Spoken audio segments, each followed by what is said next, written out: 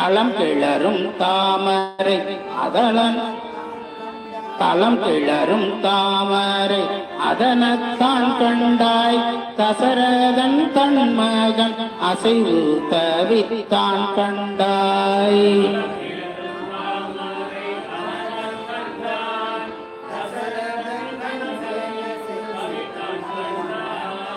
இளம்பிரையும் முதிர் சடைமை வைத்தான் கண்டாய் எட்டெட்டு இருங்களையும் ஆனான் கண்டாய்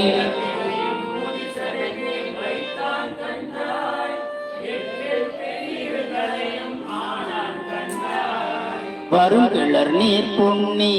பழஞ்சுழியான் கண்டாய் மாமுனிகள் தொழுதேழு பொன்கழலான் கண்டாய்